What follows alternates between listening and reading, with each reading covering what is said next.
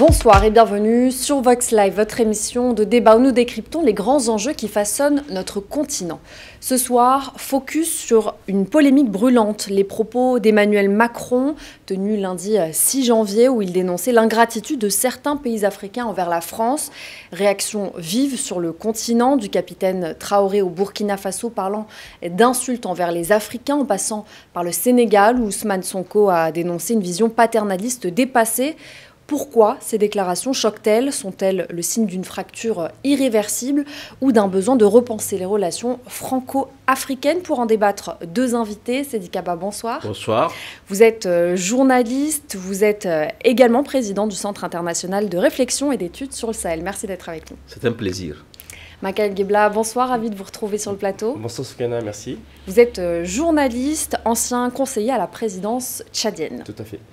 On va rentrer directement dans le vif du sujet. On l'a évoqué, les réactions n'ont pas tardé sur le continent. On a évoqué le cas de la Côte d'Ivoire qui a estimé ne pas être concerné par les propos d'Emmanuel Macron, le Sénégal, le Tchad qui ont condamné ces propos. Mais ce soir, on va se concentrer sur le Burkina Faso et on regarde en images les déclarations d'Ibrahim Traoré. C'était ce lundi 13 janvier. Il y a une partie qui a retenu mon attention, là où il parlait d'ingratitude. Et que l'ingratitude est une maladie non transmissible aux humains. Lui, il est humain, notre ingratitude n'est pas transmissible à lui. Voilà comment ce monsieur voit l'Afrique, voit les Africains. Nous ne sommes pas des humains à ses yeux. S'il n'est pas athée et qu'il prie, à chaque matin qu'il se réveille et qu'il prie, il devrait aussi prier les Africains. Parce que c'est grâce à nos ancêtres qu'il existe aujourd'hui une France. On vient de l'entendre, la réaction du capitaine Ibrahim Traoré. Il y a un petit ton cocasse presque, Seydi Kaba. Qu'est-ce qu'on peut dire de cette déclaration? Oui, elle est un peu à la hauteur du choc et de l'émotion que les propos de Macron ont pu créer sur le continent. Parce qu'il faut dire que cette déclaration intervient presque une dizaine de jours après et elle traduit quand même le choc que les gens ont ressenti, à la fois sur la forme et sur le fond, parce que le président Macron a emprunté des expressions d'un registre qui n'est pas absolument du tout diplomatique. Parler de politesse des gens, ou que des gens manquent de politesse, que des gens soient ingrats, je pense que c'est pas totalement, c'est inélégant pour être dans l'euphémisme. La deuxième chose qui a choqué les Africains, c'est ce que le président Traoré a dit, c'est-à-dire le fait de dire que les Africains ont été ingrats. Parce qu'eux-mêmes, d'abord sur le fond, lorsque la France est intervenue au Sahel en 2013, il y a eu des manifestations de reconnaissance. Tout le monde se souvient de ce que Hollande a pu dire, parce qu'il était tellement surpris par l'émotion, par l'accueil qu'il avait reçu à Tombouctou, qu'il avait dit que c'était le plus grand jour de sa vie politique. Et les Français ont été choqués de l'apprendre, qu'il aille là-bas dire, mais c'est parce que le président Hollande avait trouvé cet accueil. Deuxième élément, lorsque des enfants sont nés pendant cette période, certains ont été prénommés Hollande, d'autres ont été baptisés Damien Boutet, le premier militaire français tombé au Mali. Donc, même sur le plan de la reconnaissance, c'est-à-dire à la fois sur le fond et la forme, la déclaration du président Macron était un problème en Afrique, et c'est pour ça qu'il y a eu cette vague d'émotion, cette réaction un peu à la hauteur de ce que le président Traoré vient de dire. Makaël Ghebla, je retourne la question, une lecture de cette déclaration. Mais vous savez très bien, Soufiane, c'est que M. Macron a été toujours maladroit en termes de communication. Un ami, que je vais taire le nom, me disait, quelqu'un qui était ancien conseiller de Jacques Chirac, qui me disait que Makaël, c'est qu'on avait demandé à Macron d'être moins bavard. C'est que Macron s'est trompé certainement de l'époque, comme disait un des présidents africains. Aujourd'hui, on est dans un climat où des méfiances réciproques entre la France et l'Afrique, et notamment le Sahel.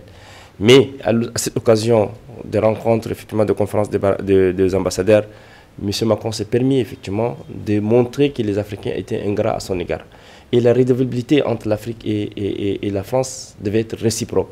Autant les Africains avaient aidé à l'époque la France à s'y libérer, autant, comme l'a dit Seydi Kaba tout à l'heure, autant la France était intervenue, certes en 2013, pour aider les Maliens à s'emparer ou bien à empêcher la descente vers Bamako de groupes terroristes. Aujourd'hui, c'est que ces discours viennent une fois de plus renforcer les clivages politiques, renforcer les clivages des rapports politiques, diplomatiques entre la France et là, ou même sécuritaires, entre la France et ses anciens alliés, dont le Sahel, ou le Sahel. Donc nous pensons que malgré les propositions, malgré les recommandations qui ont été faites par des experts qui travaillent sur l'Afrique, M. Macron n'a pas pu tirer effectivement les conséquences. Et aujourd'hui, il a en fait amené la France à une extrémité où tout le monde se méfie d'elle et où aujourd'hui la France peine effectivement à retrouver même sa place en Afrique francophone, surtout en Afrique francophone. Donc moi je pense qu'aujourd'hui la réaction de M. Traoré montre à suffisance qu'effectivement l'indignation a atteint un sommet inqualifiable et que les Africains ont réagi de manière légitime. Moi je pense que c'est tout à fait légitime de s'indigner vis-à-vis de tels propos. Donc M. Macron aurait dû s'abstenir, ou bien être même consignant dans ses relations avec l'Afrique. Non, je crois que ce que Makaila a dit est très important sur la question de l'élargissement du cercle de mécontents. Tout à fait. Pendant longtemps, on avait dit non, que c'est les jeunes sahéliennes qui sont dirigés par des militaires, c'est eux qui critiquent la France. Pour le reste, les gens qui sont, comment dire, qui sont, en tout cas les autres qui sont bienveillants, on va poursuivre. Bon, avec ce que Macron a dit, il s'est mis à dos l'ensemble du continent, y compris la Côte d'Ivoire que vous avez citée. Et un pays comme le Tchad, un pays comme le Sénégal, n'était pas quand même dans une posture d'hostilité envers la France au début. Mais c'est par le comportement de Macron et puis par ce comportement de diplomatie verticale. Moi, je suis sûr que Macron n'aurait pas dit la même chose de notre pays, de notre continent. Il n'aurait pas dit la même chose de l'Allemagne. Il n'aurait pas dit la même chose des États-Unis. Aujourd'hui, on sait que les États-Unis sont venus ici participer à la libération de la France avec le débarquement de Normandie. Il y a une dette de la France envers les États-Unis. Est-ce que Macron aurait pu se permettre de dire la même chose sur les États-Unis? Est-ce que dans ce contexte, alors, on peut parler de maladresse? Tout à l'heure, je vous entendais parler de déclarations inélégantes, de maladresse. Est-ce que finalement... Non, moi, je pense que c'est dans l'ADN du président Macron de se comporter comme ça. Parce que c'est pas... Il est coutumier du fait. D'abord, tout le monde se souvient, en novembre 2019, Macron avait dit à Bruxelles, bon, demain, la semaine prochaine, les chefs d'État du G5 n'ont qu'à venir à Paris pour faire, alors que ces chefs d'État n'étaient même pas au courant. Ce sont les opinions publiques qui se sont révoltées pour dire que vous n'êtes pas de sous-préfet, vous n'allez pas à cette convocation. Et il y a eu d'autres maladresses. Tout le monde se souvient quand il a été interpellé oui, le président Tshisekedi, mais aussi lorsque Macron a été interpellé ici par un activiste camerounais à Versailles, il avait dit, bon, je vais appeler demain le président Biya pour lui demander de compte. Bon, est-ce que c'est des choses qui... Donc, c'est pas, en tout cas, c'est pas quelque chose de totalement, comment dire, c'est pas une maladresse, c'est dans le fonctionnement. Et je pense que dans la conception de ces rapports avec l'Afrique, les rapports, cette relation verticale où la France dicte à ses anciennes colonies des choses qu'il faut faire, qui est totalement dépassée. Cela a pu arriver avant. Mais le contexte a changé. Aujourd'hui, personne ne peut accepter. À supposer même que ces chefs d'État acceptent, les opinions publiques n'accepteront pas. Et on va revenir au contexte parce que justement, cette déclaration d'Emmanuel Macron, elle intervient à un moment où la France est un petit peu chassée de plusieurs pays. Il y a eu le cas du Sénégal, du Tchad, il y a eu la Côte d'Ivoire également. Makaël Ghebla, est-ce que finalement cette déclaration d'Emmanuel Macron, choc, provocatrice, elle va avec cette stratégie politique de réaffirmer la position française en Afrique et finalement cette façon de dire c'est nous qui choisissons de partir Non, c'est son point de vue. Non, ça c'est son point de vue absolu. Donc je pense qu'il il avait annoncé que c'est consensuel, que la France s'est retirée. Pour la Côte d'Ivoire. Voilà. Non, pour la Côte d'Ivoire, c'est un peu absurde parce que vous savez très bien qu'Alassane Ouattara doit son existence, son pouvoir, son accession au pouvoir grâce au soutien diplomatique, politique et militaire surtout de la France. Donc aujourd'hui, je pense que sur la Côte d'Ivoire, c'est effectivement l'exception. Donc nous pensons qu'à l'heure où nous parlons, il y a 10 000 soldats français qui sont encore en Côte d'Ivoire. Et donc sur la Côte d'Ivoire, il faut nuancer effectivement le propos de Macron et même la réaction même assez timide même des autorités ivoiriennes. Maintenant, du point de vue... Qui ont dit ne pas se sentir concernés par ces déclarations. C'est ça exactement. Donc du point de vue contexte, depuis à peu près une dizaine d'années, des voix sont levées dans l'opinion publique africaine en général, qui s'indignent effectivement. Donc Nathalie Yam, des gens comme Kémy Séba et d'autres activistes militants ont essayé, comme tu l'as dit, ont essayé effectivement d'informer, de sensibiliser de plus en plus l'opinion africaine sur le rejet de la France. Maintenant, ces propos viennent une fois de plus renforcer effectivement la position des élites africaines, dont les intellectuels, qui vont aussi réagir. Vous savez très bien le propos de Nicolas Sarkozy lorsqu'il avait tenu à Dakar, ça a indigné de plus hauts universitaires africains, dont Madame Konaré, qui est universitaire. Et donc nous pensons qu'effectivement Macron aurait dû quand même se ressaisir très tôt quand il s'agit de l'Afrique. Il y a des relations sensiculaires, historiques entre l'Afrique et la France. Sauf qu'aujourd'hui, on a l'impression que même les Africains qui sont en France ne considèrent plus Macron dans sa politique africaine. Et donc, si au niveau du Quai d'Orsay, même au niveau de la diplomatie générale de la France, s'il n'arrive pas effectivement à un peu recentrer les propos de Macron, je pense qu'effectivement, on va assister à des débâcles énormes et la France perdra effectivement toute son image, toute sa réputation sur le continent et même dans le monde. Oui, ce qui est important. Pendant longtemps, quand vous parlez avec des interlocuteurs français ici, que ce soit dans le milieu diplomatique ou militaire, leur thèse c'est que beaucoup de gens qui les critiquent en Afrique sont achetés par la Russie. Que c'est des gens qui roulent pour la Russie, que c'est la désinformation de la Russie. Bon, avec de tels propos, on n'a pas besoin de la Russie. C'est vrai. Personne n'a pas besoin de la Russie pour révolter l'opinion africaine.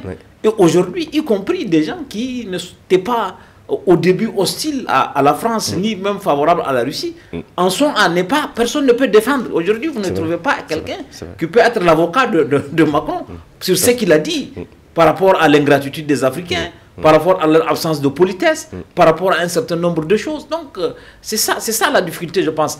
Et ça intervient à un moment où, comme vous l'avez rappelé, où la France perd du terrain. C'était le Sahel. Aujourd'hui, c'est le Tchad, le Sénégal. Demain, peut-être, c'est la Côte d'Ivoire et le Gabon. Personne ne sait. Et pourquoi pas, il faut évoquer Djibouti aussi. Oui, exactement. Il faut évoquer aussi Djibouti. Djibouti, c'est un pays où la France a une présence militaire et qu'aujourd'hui, des voix de l'opposition djiboutienne pensent que si vous démantelez, vous décampez au Tchad, au Sénégal, en Côte d'Ivoire, des voix djiboutiennes disent aussi pourquoi pas à Djibouti. Donc nous pensons que Macron, aujourd'hui, c'est sous son règne, sous son mandat que le G5 Sahel a été éclaté. Le G5 Sahel qui était propulsé sous Hollande a été quand même, qui réunissait, aujourd'hui le G5 Sahel compte peut-être 2, et donc il n'existe plus. La Mauritanie et le Tchad, ils ont eux-mêmes éclaté. Donc du coup, je pense que ces sentiments créés effectivement à un moment donné par des influenceurs africains, donc des activistes, aujourd'hui a pris un niveau élitiste, parce que même des voix africaines au plus haut niveau pensent qu'avec la France, on va vers une rupture, comme disait dans votre introduction. Et pourtant, en 2017, on se rappelle, Emmanuel Macron, dans son discours à Ouagadougou, il disait justement qu'il avait l'ambition d'une relation égale à égale entre l'Afrique et la France. Finalement, est-ce que cette déclaration du 6 janvier, elle traduit pas un aveu d'échec ? Oui, absolument. Il y avait un grand espoir que Macron a ouvert à l'université de Dakar, devant l'université de Ouagadougou, devant les étudiants burkinabés, où il avait dit que moi, je n'ai pas connu la colonisation, je suis né après les indépendances, donc avec vous, le dialogue est plus facile puisque nous sommes de la même génération. Cette déclaration était porteuse d'espoir.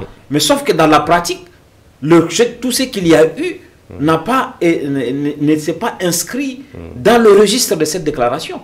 Le conflit avec le Mali a été aggravé justement par la posture un peu verticale de la France. La France a voulu donner des injonctions, a voulu faire... Voilà, et le président Macron, à la fois sur le ton, sur la forme, a créé des choses qui ont fait que cette déclaration, qui était bonne à ce début, ne s'est pas traduite dans le fait et on arrive à cet échec qui est consacré en janvier. Tout à fait. Moi, je pense que décomplexer le rapport entre la France et l'Afrique et ses anciennes colonies, c'était le souhait de tout le monde, le souhait des universitaires, des étudiants, des militants démocrates, etc. Sauf que Macron lui-même était en quelque sorte dans sa posture verticale, il disait tout à l'heure, était à l'origine effectivement des rapports tendus, vous savez très bien, entre le ministre Abdoulaye Diop, le ministre des Affaires étrangères et Jean-Yves Le Drian. Ils étaient à couteau tiré dans les déclarations, réactions, etc., qui ont abîmé les relations entre Bamako et Paris. Et cela a amené effectivement au pays comme le Burkina à se joindre effectivement au Mali. Et là, c'est le Niger qui rejoint effectivement le Mali et le Burkina. Et donc, du coup, le point de vue des Africains d'Afrique de l'Ouest, c'était renforcé par rapport à la position de la France. Et donc, Macron aurait dit, à l'époque, recadrer effectivement son discours et faire en sorte de rapprocher les points de vue. Donc, ils se sont engouffrés, les Français, sont engouffrés dans des diatribes contre effectivement ces pays-là. Et aujourd'hui, j'ai l'impression que la situation est de plus en plus incontrôlable. Donc, on est face à nous gérons aujourd'hui des dégâts suscités effectivement par la politique étrangère de la France et surtout la position verticale, comme l'a dit Siddiq Daba, de Macron, qui ne comprend pas, il a une méconnaissance totale de l'Afrique. Et donc, cette méconnaissance totale de l'Afrique risquerait, dans le jour à venir, et là, je pense que nous sommes en train de gérer une situation de plus en plus complexe, où, au niveau des autorités françaises, elles sont complètement inaudibles vis-à-vis de l'Afrique. Et comme vous l'avez dit tout à l'heure, ils sont en train de chasser. Et Macron dit, on n'est pas en train de chasser. C'était en fait un consensus entre eux, entre la France et ses anciennes colonies, pour décamper. Or, du point de vue de Dakar, du point de vue de N'Djamena et un peu partout au Niger, on n'en parle pas. Les gens sont de plus en plus radicalisés, renfermés leur position contre Paris. Et donc nous sommes aujourd'hui dans une situation extrêmement délicate. Je pense que comment on peut remédier cela, Dieu sait cela. On l'a dit, la Côte d'Ivoire s'est exprimée en disant ne pas se sentir concernée par ses propos, le Tchad, le Sénégal. Qu'est-ce qu'on peut dire du silence des autres États? Emmanuel Macron ne vise personne, mais on comprend insidieusement qu'il y a certains États visés. Qu'est-ce que le silence en tout cas, au Sahel, à part au niveau de la Confédération des États de l'Alliance du Sahel, à part le Burkina qui a réagi, je crois que le silence est parlant. C'est-à-dire que pour le Niger, ça ne vaut même pas la peine, que c'est même pas, ça ne mérite même pas de réaction. Que ça vient conforter ce qu'ils ont toujours dit. Vous savez que c'est les pays de l'Alliance. Et puis est-ce que ça appuie la rupture justement ça aggrave la rupture, ça aggrave le fossé. Pour eux, ça vient confirmer ce qu'ils ont déjà dit. Qu'avec la France, il n'y a aucune possibilité de compromis, il n'y a aucune possibilité d'amélioration et que ce que Macron vient de dire, vient de les conforter en réalité et dans leur posture. C'est pour cette raison que pour eux, même réagir serait faire une sorte de... comment dire, que Macron ne les mérite même pas comme adversaire. C'est à peu près ce que ces pays disent. Et je crois que, en tout cas, ça n'a pas aidé. Et ça ne va pas aider à une amélioration des relations entre la France et certains pays, particulièrement les pays du Sahel. Ce silence, il est éloquent. Souvent, on dit que le silence a plus de poids que le mot. Et souvent, le silence en soi, c'est un acte politique. Et je pense que la position de pays comme le Niger, comme le Mali, montre à suffisance que soit ils sont, mais écoutez, on n'est pas, ça nous confirme dans notre position, dans la logique comme quoi la France s'est positionnée comme État impérialiste à notre égard, et nous, on est effectivement une voie émancipée, une voie débarrassée effectivement de néocolonialisme, et donc nous, on ne va pas lui répondre. Et le fait de ne pas répondre à Macron montre à suffisance la grandeur de ces États qui, de notre point de ces États membres de la Confédération de l'AES, qui, de notre point de vue, montrent effectivement qu'ils ont eux aussi un mépris pour Macron. Tout à fait. Peuvent pas, voilà. Je suis d'autant plus d'accord avec Makaïla qu'il faut rappeler, sans doute pour les téléspectateurs, que dans aucun des trois pays, la France n'a d'ambassadeur aujourd'hui. Au Niger, l'ambassade est même fermée. C'est-à-dire qu'il n'y a même pas d'ambassade de France au Niger. Et au Burkina et au Mali, il y a des chargés d'affaires qui en réalité ne font pas grand-chose. Et ces pays n'ont plus d'ambassadeurs pour eux-mêmes dans la capitale française. C'est dire quand même le niveau de dégradation de relations qu'il y a entre la France et ces pays-là. Et ça a eu effectivement des effets d'entraînement. Et donc là, on assiste à une élévation de ton de N'Djamena. Donc du coup, N'Djamena ne laisse plus jamais effectivement un propos de Macron. Donc action-réaction. Donc on assiste effectivement, dans les prochains jours, si on ne fait pas attention, il va y avoir des effets d'entraînement dans le pays comme le Cameroun, le Congo, etc. Et donc la France ne pourra plus jamais contrôler la sienne. Donc est-ce qu'il est encore temps de se ressaisir? On ne sait pas. Mais cette déclaration, c'était une justification face à l'échec de la politique militaire au Sahel notamment. La politique militaire, Siddiq Daba est mieux placé pour expliquer, parce que nous étions parmi de ces observateurs africains qui avons à chaque fois dans les médias internationaux, que ce soit français ou étrangers, effectivement analyser le contexte dans lequel la France intervient pour lutter contre le terrorisme. Et la revendication principale pour les Africains, c'était la base, le fondement, c'était la démocratie, le respect des droits de l'homme et l'état de droit. Et là, c'est le point de vue partagé par des journalistes africains et des observateurs vivant en France. Sauf que notre point de vue s'oppose au point de vue un peu institutionnel de la politique française, qui pour elle, absolument le tout sécuritaire. Or, le tout sécuritaire a échoué au Sahel. La preuve, c'est que la France, malgré l'armada qu'elle avait déployée à ces pays-là, qui sont au Mali, les Maliens eux-mêmes ont dit, mais écoutez, on prend notre destin en main parce qu'on estime que la présence des forces françaises, la présence des forces onusiennes et les forces multinationales n'ont pas aidé à éradiquer le groupe terroriste. Donc pourquoi pas nous revendiquons nos propres indépendances et nous luttons nous-mêmes. Et donc aujourd'hui, c'est parce qu'en fait, le fait d'être sourd dans les propositions, dans les recommandations faites par les observateurs que nous sommes pour la France, on est arrivé à un niveau où l'échec de la politique sécuritaire de la France a abouti effectivement à l'échec effectivement des conséquences diplomatiques, politiques avec les anciens alliés. Non, c'est tout à fait exact. Makaila a résumé avec beaucoup de rigueur ce que on peut dire sur la question.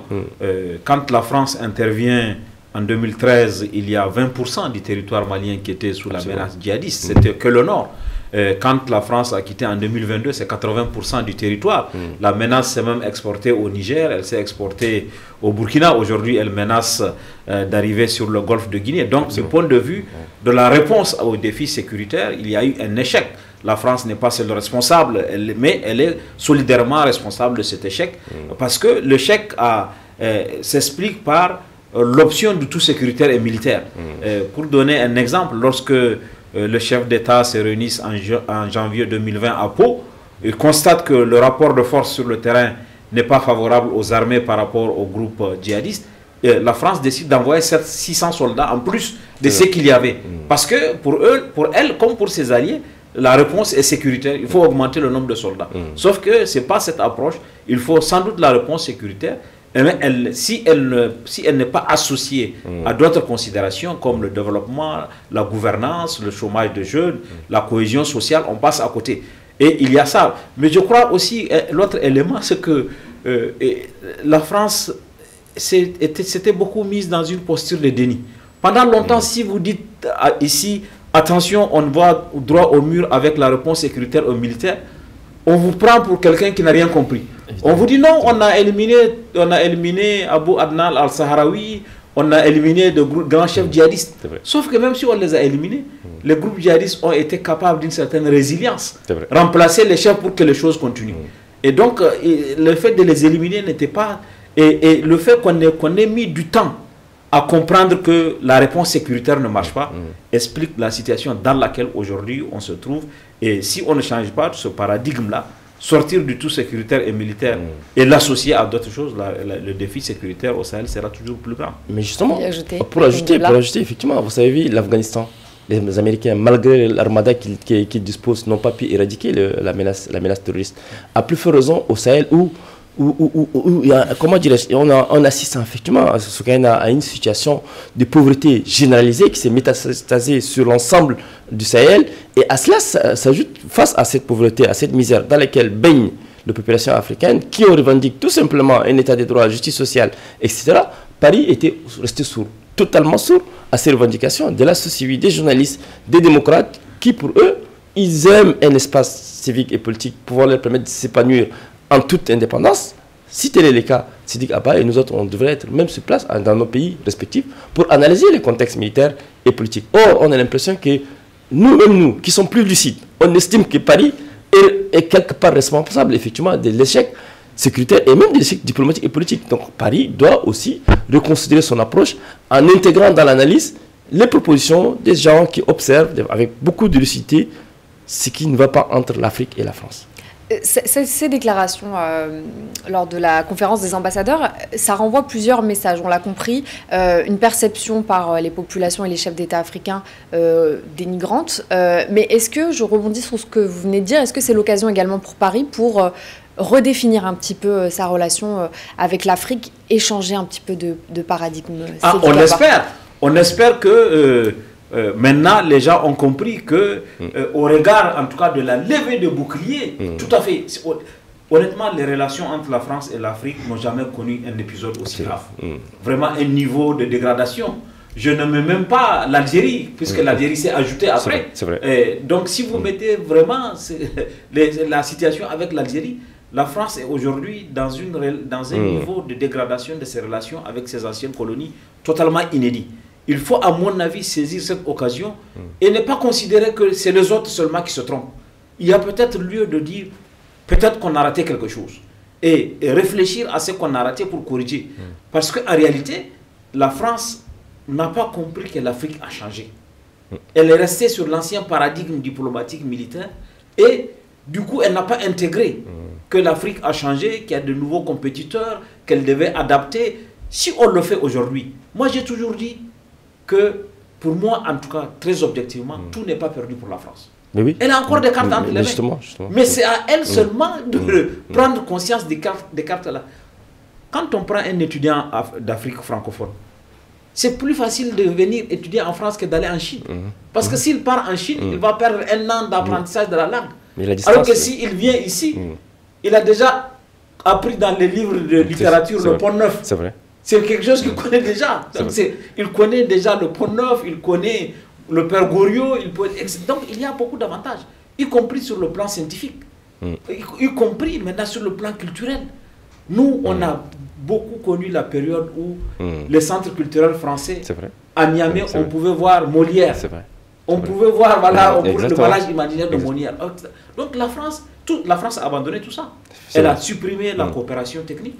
Elle a supprimé les centres culturels, n'ont plus de crédit. Tous les éléments de son influence ont été abandonnés. Donc elle a encore des atouts, elle a encore des choses. Sans compter pour moi, un des atouts les plus importants de la France, c'est la diaspora.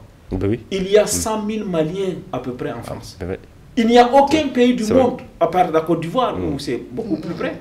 Il n'y a aucun pays européen occidental où il y a 100 000 Maliens. Donc la diaspora peut être des relais. Je prends le cas du Mali, mais je peux prendre le cas du Sénégal, je peux prendre le cas du Tchad. La France a tout intérêt à revoir son... Mais bien sûr, l'Algérie, le Mali, la Tunisie, exactement, l'Algérie. Le Maroc. Mais la France n'a jamais valorisé cette diaspora. Alors que c'est quelque chose que les autres n'ont pas, qu'elle a. C'est la même chose sur le plan de la coopération décentralisée. Il y a des centaines de villes françaises qui sont jumelées avec les villes africaines. Évidemment. Mais tous ces atouts-là, la France ne les a jamais servi. Elle a préféré le réseau diplomatique ou l'influence des militaires avec des bases, alors que, compte tenu de l'évolution maintenant, ce ne sont plus les bases militaires qui sont les atouts de la France en Afrique. Ce sont d'autres aspects et c'est ça qu'elle doit intégrer. Justement, je vais rebondir sur le postulat du déni. Le postulat du déni évoqué et analysé par Sidi Gaba se justifie parce qu'en fait, la France a toujours complètement refusé effectivement d'entendre d'autres sons de cloche. Le son de cloche qu'elle écoute, c'est le son de cloche institutionnel. Moi, j'ai été conseiller du chef de l'État aux droits de l'homme pendant 2 ans au Tchad. Donc moi, j'essaie, malgré une casquette des militants activistes, etc., j'ai su garder en N'Djamena au Tchad des relations avec les diplomates basés en N'Djamena. Et pour effectivement chercher à inculquer chez eux cette analyse que Sidi nous évoquait, c'est pour faire que moi, je devienne une interface entre eux et la société civile, entre eux et les journalistes, pour rapprocher les points de vue et qu'ils comprennent effectivement les vrais enjeux. Sauf que moi, je m'interroge, est-ce que les notes qui sont envoyées à Paris, au Quai d'Orsay, est-ce qu'elles traduisent le point de vue et les échanges que nous avons faits en N'Djamena pour permettre aux gens d'apprécier? On a l'impression que là, ça rejoint effectivement, c'est pertinent, c'est le déni. Et donc, tant que Paris reste dans ces dénis, c'est impossible. Il a évoqué quelque chose d'important, 100 000 Maliens vivent en France. Ces 100 000, en fait, la contribution des Maliens pour le Mali dépasse très loin l'aide publique au développement que la France accorde au Mali. Donc, il faut miser sur une diaspora qui est participative pour le processus de développement et miser effectivement sur l'ensemble de ces diasporas qui ont des points communs. C'est la culture qui nous lie, c'est la langue française aussi qui nous lie. Donc, aujourd'hui, les Sénégalais, les Tchadiens, etc., ont allé en Chine, comme il a dit. Il y a la question des distances. On est à 6 heures de N'Djamena, on est à 4 heures de Dakar, et on est à 2 heures ou bien 1 heure d'Alger ou bien de Tunis et de Rabat. Et donc, tous ces éléments évoqués ici devraient être pris en considération dans l'analyse de la coopération entre la France et ses anciennes colonies. Mais on a l'impression... Comment l'histoire, justement, coloniale et post-coloniale, elle alimente cette perception de déni, Sidi Kaba?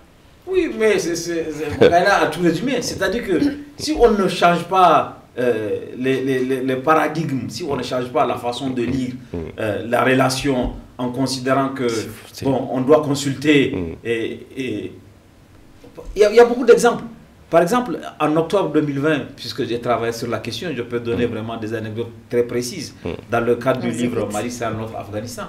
Il y a une rencontre à Bamako entre le premier ministre de l'époque du Mali, qui était Mokhtar Wane, et Jean-Yves Le Drian, ministre des Affaires étrangères, qui était de passage. On fait une conférence de presse. Mokhtar Wane dit que les assises nationales du Mali ont mandaté mon gouvernement pour négocier avec les djihadistes. Et le ministre français qui est là, des Affaires étrangères, dit que la France n'est pas d'accord pour que le Mali négocie avec les djihadistes. Voilà, c'est ça. Donc c'est ce type de comportement. C'est ce type de comportement qu'il faut absolument revoir. Peut-être qu'il faut faire des séminaires aux diplomates pour qu'ils comprennent que voilà, ce n'est plus le Mali d'avant. Si le Mali dit qu'il va faire, c'est son problème. Nous, en tant que France, on regarde. Et il y a beaucoup de changements. Vous voyez, que la France accepte d'être conseillée finalement, c'est ce que vous dites. Oui, il faut qu'elle regarde. Il faut qu'elle écoute des gens indépendants qui ne sont pas vraiment ses ennemis. Parce que le fait de dire un certain nombre de vérités ne fait pas de... Moi, je crois que mon ami, c'est même celui qui me dit la vérité. C'est pas celui qui me dit ce que je veux penser. Parce que si c'est lui qui dit ce que je veux penser, il peut me tromper. Or, la France n'a pas intégré souvent. Et les gens qui peuvent avoir de la modération, même dans leurs critiques, sont pris à partie, sont inquiétés, sont harcelés, etc. Alors que c'est une erreur. Mais j'ai dit, par exemple, que... j'ai pris cet exemple du Mali pour illustrer qu'il faut peut-être que les choses changent, la façon de voir. Quand on prend les élections, par exemple, il faut peut-être que la France, puisque se renseigne auprès de l'Italie, se renseigne auprès du Portugal, de l'Espagne, comment elles font avec leur ancienne colonie. Parce que quand il y a des élections au Nigeria, comme il y en a eu l'année dernière, personne à Londres ne dit qui est le candidat de la France, on cherche, etc. Ce qui intéresse la Grande-Bretagne, c'est lui qui va venir au pouvoir, quel qu'il soit, il sera obligé de coopérer. Mais dès qu'il y a une élection aujourd'hui au Tchad ou au Niger ou au Nigeria, on va dire mais c'est qui est le candidat de la France, qui on doit soutenir, etc. Il y a même eu des cas où c'était beaucoup plus grave, que la France était impliquée parce qu'elle veut que c'est un tel qui soit. Donc il faut que tout ça change. Honnêtement, il faut que cette relation un peu ambiguë, qu'on puisse la changer, qu'elle soit moins verticale, qu'elle soit... ce sont tous ces éléments qu'il faut intégrer pour justement que les choses s'améliorent. Je voudrais illustrer le propos de Sidiki Kaba par la France sous Macron avait créé ce qu'on appelle le CPA, Conseil présidentiel pour l'Afrique.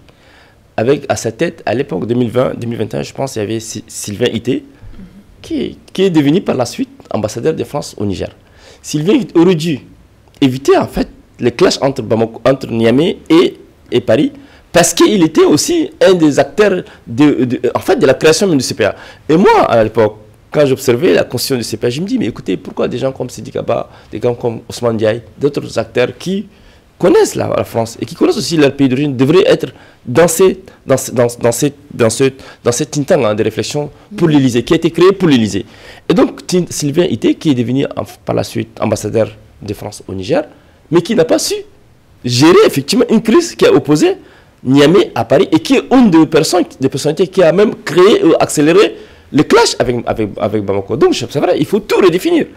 Soit que Paris renonce effectivement à son ancienne politique et revenir à la raison, c'est-à-dire reconsulter des gens qui peuvent quand même lui apporter beaucoup de choses. Et Sidiki disait, tout n'est pas perdu pour la France. Elle peut encore se ressaisir, à condition qu'elle écoute les propositions venant effectivement d'une opinion très observatrice, c'est-à-dire... Et une opinion éveillée, parce que éveillée, tout à l'heure, en fait, la balle aujourd'hui, finalement, est dans le camp de la France. On voit que...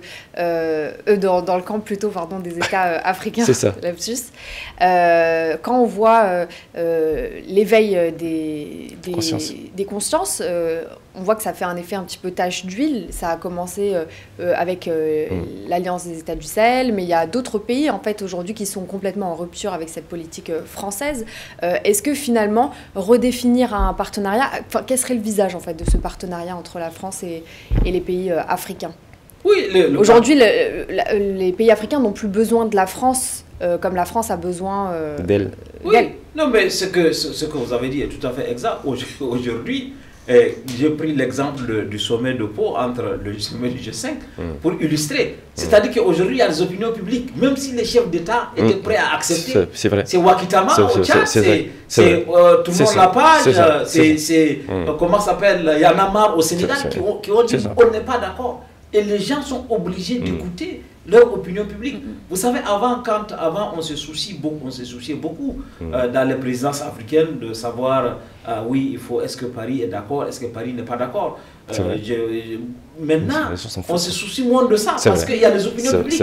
Même si on est d'accord en phase avec Paris, si les opinions publiques ne sont pas d'accord, il va y avoir demain une manifestation de rue dans les capitales africaines. Donc, cette évolution des opinions publiques aussi doit être intégrée dans la nouvelle relation, qui doit être moins verticale, qui doit être une relation d'égal à égal et qui doit être, écoutez, respectueuse des décisions qui soient prises par le Parlement, qui soient prises par les opinions publiques. Si les assises nationales du Mali disent que le gouvernement du Mali doit négocier avec les djihadistes, la France Diversité. prend acte. C'est vrai. Elle prend acte. C'est ça.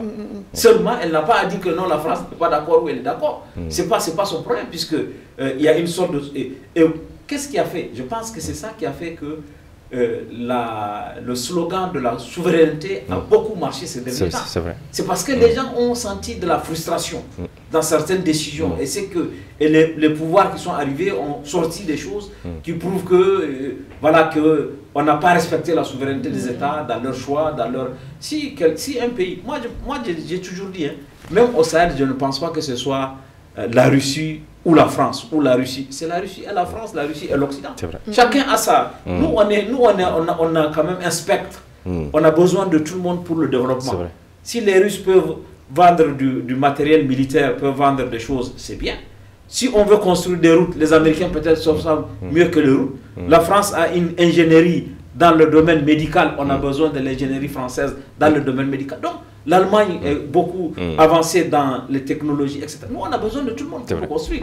Donc, c'est ce... Et il faut que la France aussi intègre cette évolution, considérer que la notion de précaré a disparu, qu'il n'y a pas de position acquise pour personne.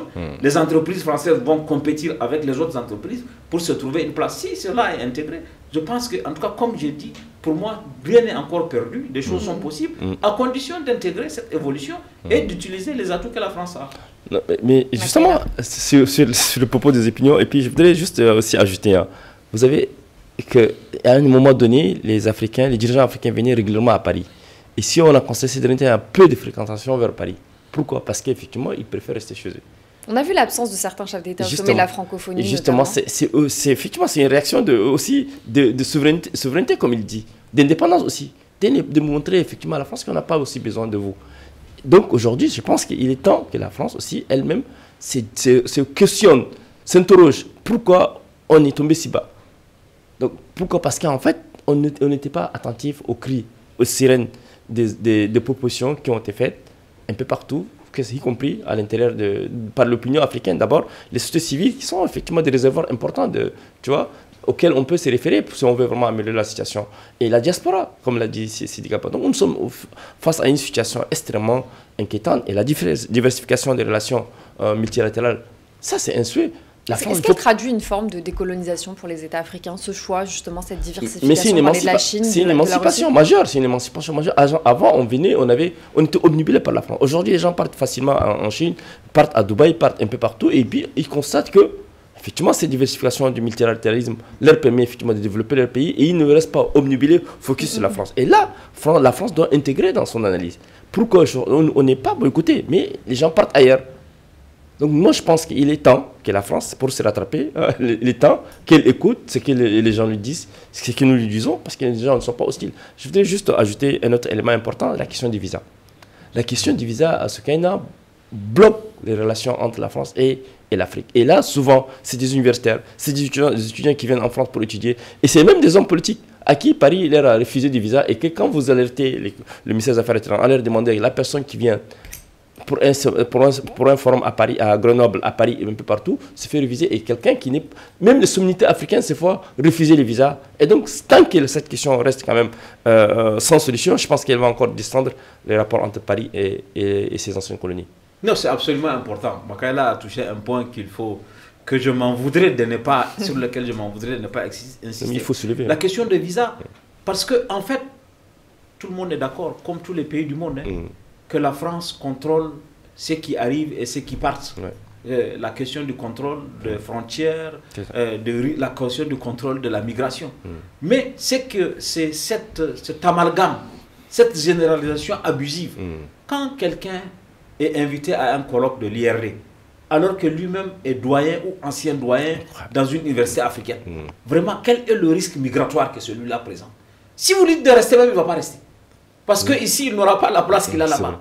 Donc, ça participe au rayonnement de la France. Le fait que...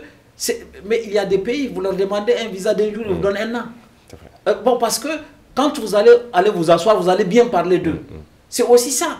Quand la France dit qu'elle veut accueillir, le 28 février de l'année dernière, Macron a fait un grand discours où il a parlé justement des nouveaux chantiers de la relation entre la France et l'Afrique. ça n'a pas été suivi d'effet. Les étudiants ont toujours du mal à avoir de visa. Les chercheurs, à un moment, on a même empêché à des artistes qui voulaient venir, à des artistes qui sont connus, qui voulaient venir faire un concert ici et repartir. Donc, il faut aussi que cette relation-là, que la question de visa soit intégrée justement dans la recherche d'une amélioration des relations entre la France et ses anciennes colonies. Et pour ajouter, la mobilité est un facteur d'intégration intercommunautaire. Il faut absolument que la France comprenne cela, que si elle veut rayonner au plan international par sa culture, par ses valeurs, il faut absolument être fluide et puis mobile, flexible. Or, on a l'impression que dans les ambassades françaises en Afrique, les gens sont rigides. Moi, je vais prendre un exemple sur mon cas. Quand j'ai obtenu les visas pour la France en 2013, je voyais une... là, je remercie la France, je l'ai remercié d'ailleurs. Je voyais une colonne, c'était à Conakry, je voyais effectivement une file indienne en train d'attendre le visa, alors que moi, j'étais à 1 minute, ils me l'ont donné. Est-ce que c'est dû au fait, effectivement, à mon posture de militant reconnu? Et j'ai dit, mais écoutez, ces gens sont semblables comme moi, il fallait être plus fluide, permettre effectivement l'accessibilité au visa français afin que les gens puissent connaître la France, découvrir la France. Et là, vous savez, Soukaina, le rallye Paris-Dakar est interrompu depuis une dizaine d'années. Le rallye Paris-Dakar, à un moment donné, c'était effectivement un lieu de tourisme effectivement pour les Français. Et là, on ne peut plus aller à Niamey. On ne peut plus aller à Dakar. Et donc, du coup, ça, c'est une perte énorme pour nos populations parce que grâce au rallye Paris-Dakar, nos populations essayaient effectivement de vendre tout au long. Et donc, tous ces événements, quand on se rappelle, vraiment, c'est triste. Il faut que la France, si elle veut vraiment maintenir ses relations avec l'Afrique, elle aurait dû quand même changer. Non, mais c'est important, c'est que Makaël a dit, c'est la question de la mobilité. Il faut dire aux gens que le visa a commencé à exister à partir de 1994. Avant, il n'y avait pas de visa et tout le monde ne venait pas. Parce que ce que les gens disent, c'est que non, ça va être un prétexte pour envahir. Avant l'entrée en vigueur des visas entre la France et ses anciennes colonies, il n'y avait pas de visa et tout le monde ne venait pas. Donc, ça veut dire que ce fantasme de qu'il y aura une invasion, il y aura du remplacement, ou je ne sais pas, tout ça ne correspond à aucune réalité. Au contraire, on a vu que plus on facilite les va-et-vient, moins il y a de l'immigration. Les chefs d'entreprise qui ont besoin de venir régulièrement en France, les chercheurs qui ont besoin de venir régulièrement, les étudiants qui ont besoin, ils n'ont aucune vocation à venir s'installer ici. Et le fait de ne pas favoriser cette mobilité-là crée des situations où la France perd de zones. Et on s'est dit pourquoi il y a davantage maintenant d'étudiants qui vont au Canada. Pourquoi il y a davantage d'étudiants africains qui vont aux États-Unis? Parce que bon, on crée les conditions de leur attraction alors qu'ici, on a augmenté même les frais d'inscription pour les étudiants étrangers contre l'avis du CPA. Le CPA, à l'époque, avait dit de ne pas augmenter, mais on a augmenté. Donc, la France elle-même a fait beaucoup de choses qui expliquent on va faire un point sur justement la suite et le futur de ces relations franco-africaines. Une question pour vous deux. Quand on voit la dépendance de certains États, Emmanuel Macron, dans son discours lors de la conférence des ambassadeurs, il a nommément cité personne, hein, mais on arrive à comprendre entre les lignes quels États étaient visés. Finalement, quand on voit que certains États sont arrivés au pouvoir grâce au soutien politique français, est-ce que cette dépendance de certains États vis-à-vis de la France, que ce soit militaire, économique ou finalement monétaire, c'est un frein justement à la refonte de cette relation franco-africaine? Moi, je vais avoir le courage, Soukaina, de dire c'est que Macron visait le Mali et le Tchad. Le Mali, parce qu'en fait, en 2013, la France, par son armée, était intervenue pour stopper la descente des djihadistes sur Bamako. Le Tchad, parce que Macron lui-même est parti adouber le fils Déby à la mort de Déby en 2021. Et donc, cela lui a créé pourquoi? Il a créé effectivement une réaction des Bamako, des Niamey et des Burkina. Pourquoi les gens disent qu'il y a 2 poids, 2 mesures? C'est-à-dire, au Tchad, ce n'est pas un coup d'État. Le président est mort, son fils a pris le pouvoir, il est militaire, il s'est imposé contre la volonté du peuple.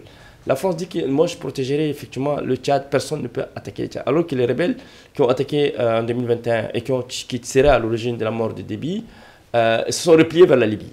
Et de tels propos ont déjà commencé effectivement à alimenter les débats dans les capitales africaines, Dakar, Bamako, Niamey, etc.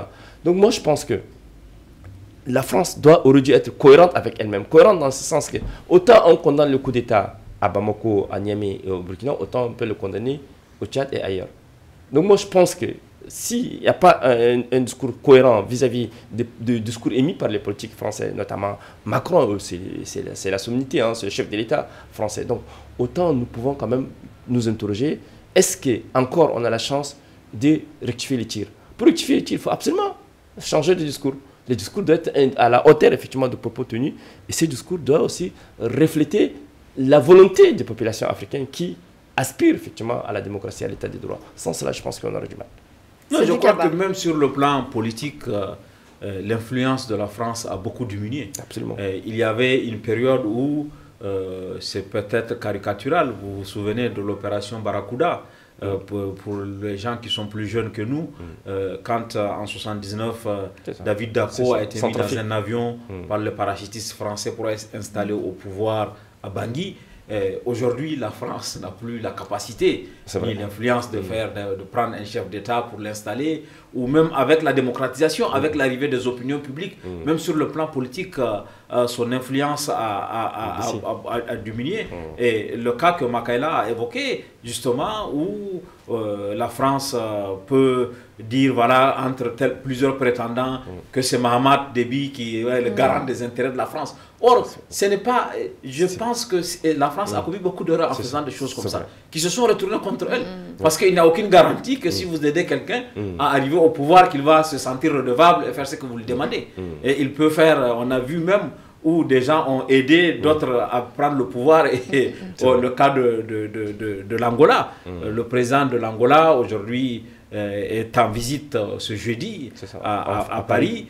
Donc, il y a une évolution. Et je crois que c'est cette évolution que la France doit intégrer dans la relation, en se disant que nos liens avec le Tchad sont des liens historiques, sont des liens irréversibles, quel que soit celui qui va arriver au pouvoir. Je n'ai pas à mettre quelqu'un qui va mieux servir les intérêts de la France. C'est celui que les Tchadiens auront choisi, quel qu'il soit. C'est celui-là le candidat de la France. Que je prends le cas du Tchad, mais j'aurais pu prendre celui du Niger, puisque des élections vont venir au Mali, etc. Donc, il faut que cette évolution dans la relation de la France avec ses anciennes colonies, considérer que quel que soit celui qui vient, nous on n'a pas, quand il y a des élections, voilà, que l'ambassadeur de France va recevoir tous les candidats pour savoir, mais qu'est-ce que vous pensez de la relation avec la France demain si vous gagnez, etc. Bon, tout ça, ça doit être abandonné. Je crois qu'il faut de nouveaux habits de cette relation. Les anciens habits, là, il faut les enlever et les mettre au vestiaire. Voilà, à partir sur de nouvelles bases, avoir une nouvelle relation. Et moi, je suis convaincu, hein, je ne le dis pas pour qu'il y a encore des possibilités, qu'il y a des liens qui sont totalement irréversibles. Rien que la diaspora, beaucoup de gens avaient craint que, voilà, qu'on arrive à une rupture. Même s'il n'y a pas de vol Air France, l'une des lignes les plus rentables à l'époque pour Air France, c'était Bamako. Parce que à cause de la diaspora, à cause des va-et-vient. Aujourd'hui encore, il y a Corsair qui va à Bamako. Mais bon, il y a beaucoup de choses qui font que ces liens-là vont rester. Maintenant, pour que ces liens soient renouvelés, il faut les renouveler et il faut même les consolider. Il y a des possibilités. On a parlé depuis le début de l'émission de certaines pistes. J'espère qu'on va être écouté, parce que souvent le problème de la France, c'est que même si on dit de bonnes choses, si elles ne vont pas dans le sens de ce qu'on veut entendre, on n'écoute pas. Et d'ailleurs, certains qui les disent même peuvent être inquiétés, et je sais de quoi je parle. Moi, je sais. J'ai rebondi à ce qu'il y a, c'est que moi, des personnalités comme des journalistes indépendants et analystes comme Sidi Gadeba, qui ont quand même été quand même à l'origine effectivement des réflexions concernant les rapports entre la France et l'Afrique. Mais il y a un moment donné où nos amis de la DGSE essaient effectivement même de creuser pourquoi, pour des postes, ils essaient de creuser pourquoi telle personne. Donc du coup, je pense que tous ces comportements-là devaient cesser aussi pour permettre effectivement à l'élite africaine qui vit en France de vivre en toute indépendance, parce que les gens sont liés, comme on l'a dit, Soukaina, par la culture, on est lié par la langue, on est lié par un passé historique qui ne peuvent pas être démolis comme ça. Et on l'a dit tout à l'heure, c'est pas parce que les gens veulent aller en réaction vers la Russie que ça peut être quand même un ouf de soulagement. Il y a des opinions qui n'acceptent pas. Et donc tout ça, il faut que la France intègre que, en fait, si son départ est suscité par une partie d'Africains, et une partie d'Africains pense qu'elle peut quand même changer sa posture et conserver ses relations dans l'intérêt de les améliorer, afin de permettre effectivement un truc qui puisse gagner aux Africains et aux Français. Mais si cela n'est pas pris en considération, et toutes ces sirènes que nous faisons ne sont pas pris en considération, je pense que ça va être la dégringolade. Quels sont les risques justement si on essaye de trouver un terrain d'entente entre la France et le continent, quels seraient les risques d'une dégradation? On voit que quand même la relation entre le continent et la France se dégrade de plus en plus. Vous l'avez dit, c'est un épisode critique. Oui, non, mais c'est dans l'histoire de la démocratie française. Ce qui vient de se produire doit être une alerte. Oui. Bamako, N'Djamena, jamais on n'a pensé qu'ils vont entrer dans une position de confrontation et d'affrontement avec la France. Je crois que le moment est venu pour la France d'avoir l'humilité de reconnaître qu'il y a un problème. Et quel est le problème et de le changer. Si ça ne change pas, ça va se dégrader. Ça va se dégrader. Et aujourd'hui, personne n'aurait pensé que le Niger va avoir une ambassade de France fermée. Il y a 5 pays au monde où la France n'a pas d'ambassade, dont le Niger. Donc il faut quand même prendre conscience qu'il y a un problème. Et si on ne le fait pas, la dégradation va se faire. Avec le Sénégal, on va rentrer dans une escalade. Avec le Tchad, on va rentrer dans une escalade. Et cette escalade peut prendre beaucoup de formes. Pour la France même, c'est pas en termes d'intérêt diplomatique, c'est pas bien pour elle. Aujourd'hui, quand on voit les sollicitations de beaucoup de pays pour dire, voilà, il faut que vous nous expliquiez comment la France a pu perdre du terrain sur le plan diplomatique. Et par le passé aussi, la France a pu construire des alliances diplomatiques avec des pays africains pour que sa voix pèse dans le système onusien, pour que voilà, à l'Union européenne. À l'Union européenne, c'est pour que ça. Bon, aussi si elle n'a plus de bonnes relations avec ses anciennes colonies, sur le plan diplomatique, son pas diplomatique va s'affaiblir, sans compter les relations commerciales. Même si après on a pu entendre les gens dire que l'uranium du Niger ne sert à rien, ce qui est totalement faux. Il y a quand même, voilà, il y a des liens économiques, il y a des liens diplomatiques, il y a des liens politiques aussi, qui ne vont pas être préservés si on continue dans cette fuite en avant, dans cette posture, avec des déclarations comme celles qui ont été faites par le président Macron. Makaïla, je vous laisse le mot de la fin. On arrive déjà au terme de l'émission. Justement, je pense qu'il faut reconsidérer la politique africaine de la France. Il faut absolument intégrer dans le logiciel d'analyse toutes les propositions venant de la société civile. Et il faut améliorer effectivement les exigences démocratiques de nos populations. Et là, c'est fondamental. Fermer une ambassade à Niamey, et sachant bien entendu que le Niger est un pays francophone, ça veut dire qu'aujourd'hui, Tiani n'a pas envie d'assister à un sommet francophone à Paris, parce qu'il y a une crise diplomatique. Et donc tout cela, la France doit intégrer, parce que là, elle n'est plus suivie, comme l'a dit Sidi Gaba, elle n'est plus suivie aux Nations Unies, elle n'est plus suivie même à l'Union européenne. Pourquoi? Parce qu'effectivement, le point de vue de la France n'a pas été considéré. Moi, je vais souvent à Bruxelles, je vais à Berlin, je vais un peu partout à Niamey, à Genève. On est souvent interrogé sur la politique africaine de la France. Et on essaie de dire ce qu'on pense, pour permettre effectivement à ces institutions internationales de comprendre les enjeux et les relations entre la France et ses anciennes colonies. Et si ces relations se dégradent, ce n'est pas bon pour la France, ce n'est pas bon non plus pour nos pays aussi. Donc nous pensons qu'il est temps que Paris intègre dans sa politique de coopération avec l'Afrique tous ces éléments d'appréciation. On va laisser également nos téléspectateurs réagir et proposer des pistes de réflexion comme on vient de le faire. C'est la fin de cette émission. Merci messieurs, merci Cédric, merci Makaïla d'avoir été parmi nous. On se retrouve très vite sur Vox Live. Merci à toi.